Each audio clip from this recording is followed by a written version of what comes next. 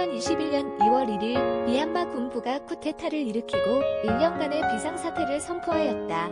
이에 따라 미나웅 훌라잉, 민어동 라잉 군 총사령관이 권력을 이양받았다.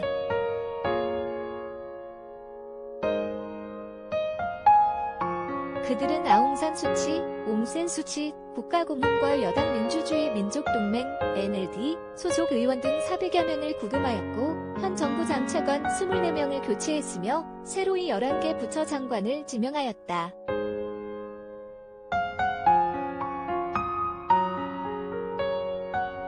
영국으로부터 독립한 이후에만 1962년, 1988년, 그리고 2021년 세 번째 군부 쿠데타이다. 미얀마 군부가 내세운 이유는 2020년 총선에 부정이 있지만 문민정부가 제대로 조사하지 않는다는 것이다.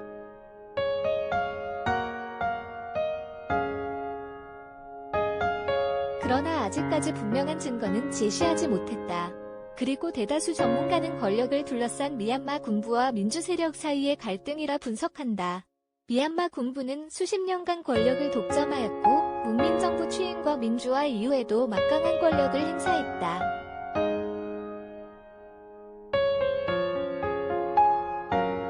그러나 선거의 패배로 군부 권력 방패 막인 헌법이 개정될 수 있다는 위기감이 중요한 이유라고 설명한다. 미얀마 시민은 어렵게 되찾은 자유와 민주를 지키기 위해서 나섰다.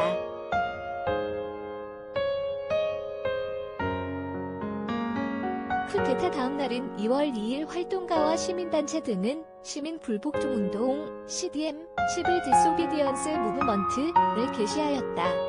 이에 따라서 일부 시민은 일터에서 다른 일부는 거리에서 저항하였다.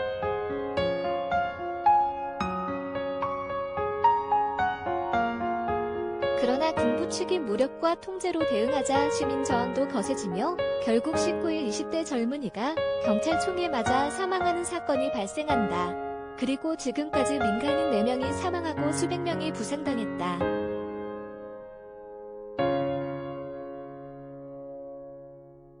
(22일) 현지 시각 미얀마 만달레이에서 시민들이 쿠데타에 항의하고 있다. CAP 등호 연합뉴스 미얀마 정변을 바라보는 미국과 세계는 그러자 쿠데타가 발생한 이후의 사태를 관망하던 전세계 여론도 반응한다.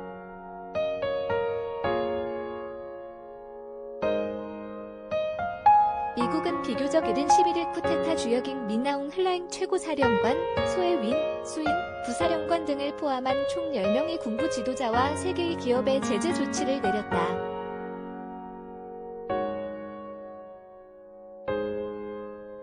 이어서 22일 추가로 군 장성 모민툰, 모민트턴과 마웅마웅초, 몽몽초도 제재한다고 발표했다. 언론의 보도에 따르면 이들은 향후 미국 내 자산 동결, 자금 거래와 입국 금지 등의 제재를 받는다.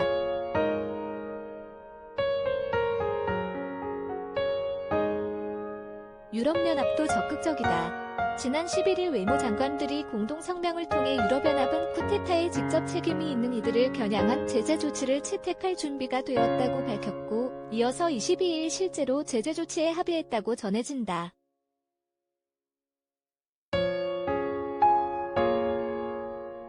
주요 7개국 G7 외교장관들도 23일 공동성명을 통해 시위대의 폭력을 행사한 군부를 규탄하고 민주주의와 자유를 외치는 미얀마 국민들의 편에 설 것이라 밝히며 군부에게 폭력을 자제하고 인권과 국제법을 존중하라 촉구한 것으로 알려졌다.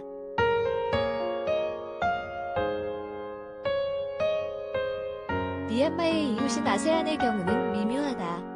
인도네시아가 아세안 회원국들과의 회의에서 아세안 창관 하위 재선거라는 해법을 제시했다고 전한다.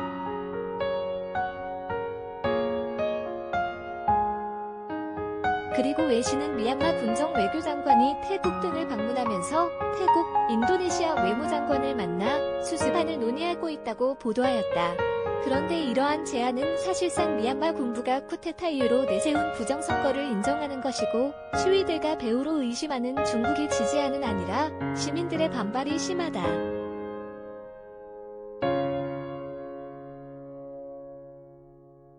쿠데타의 배후로 지목되는 중국은 억울한가? 한편 중국은 초기에 신중한 관망의 태도를 보였다. 국제사회 비난 여론에도 미얀마의 안정을 희망한다 혹은 원만히 해결하길 바란다 등의 원론적인 입장만 반복하고 있다.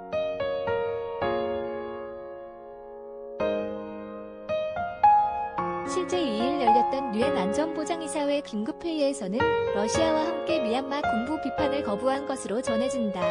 나아가 초기의 관영 원론은 현지 전통과 강제된 서구 제도의 갈등이라는 남다른 분석과 결국의 관건은 정치 안정과 경제 성장일 것이라는 어딘가 익숙해진 주장을 내세웠다.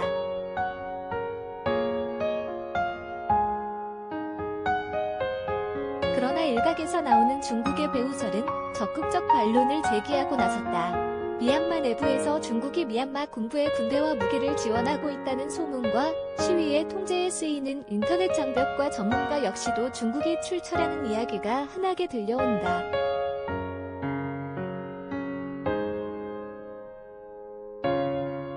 때문에 군부 쿠데타에 반대하는 미얀마 시위대는 중국을 비판하며 미얀마 주재 중국 대사관 앞에서 항해 시위를 하거나 시진핑 국가주석에 공개 서한을 보내고 중국 제품을 불매하는 등으로 불만을 표시했다.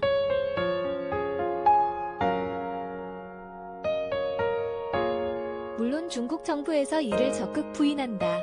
주미얀마 중국 대사 천하이해는 언론 인터뷰를 통해 중국 정부는 미얀마 군부 쿠데타를 사전에 몰랐다고 전했다.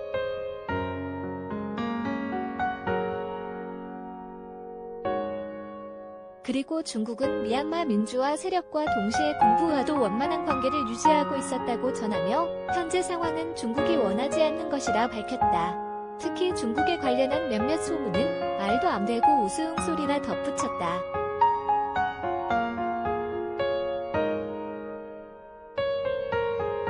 중국 언론은 이에 배후로 소위 밀크티 동맹과 같은 반중국 세력을 지목하기도 한다. 미중의 대결로 이어지며 본질은 흐려져. 그런데 미얀마 군부의 쿠데타, 시민의 저항과 희생에 쏠리던 세계의 시선이 시간이 흐르며 점차로 미얀마 내부를 넘어서 글로벌 강대국 알력의 장으로 화하는 모습이 보인다.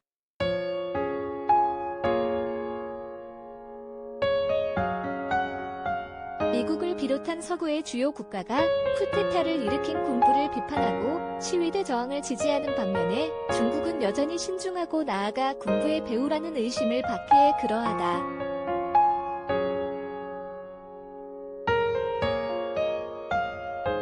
외부자의 알력으로 미얀마 상황이 더욱 복잡해지고 해결도 어려워지는 것이 아니냐는 우려가 현실이 되어간다.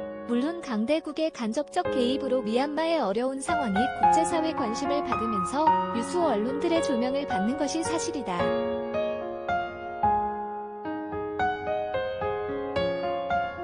나아가 그러한 이유로 향후 미얀마 군부의 행동에 특히 무력 사용과 같은 대응에 다소 제약이 걸리는 것도 사실이다. 하지만 동시에 미얀마 역사나 복합한 이해와 더불어 글로벌 강대국, 특히 미중의 이해까지 불필요하게 엮이는 것이 때로는 문제 해결을 어렵게 하거나 장기화시키는 경우도 있다는 사실을 우리는 누구보다 잘 알고 있다.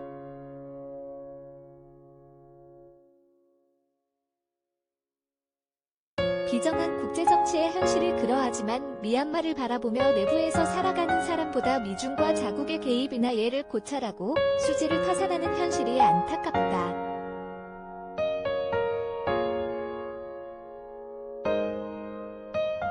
미얀마로의 본질을 벗어나면서 문제가 복잡해진다. 제3자로 한 번쯤은 자유와 민주주의, 안정과 경제성장 사이의 경쟁에서 미얀마 사람들이 무엇을 원하는지, 그리고 동남아시아 정치의 역학관계에 벗어나 지키려 하는 혹은 쟁취하려는 것이 무엇인지 자세히 들어보고 관심을 가져보는 것은 어떠할까?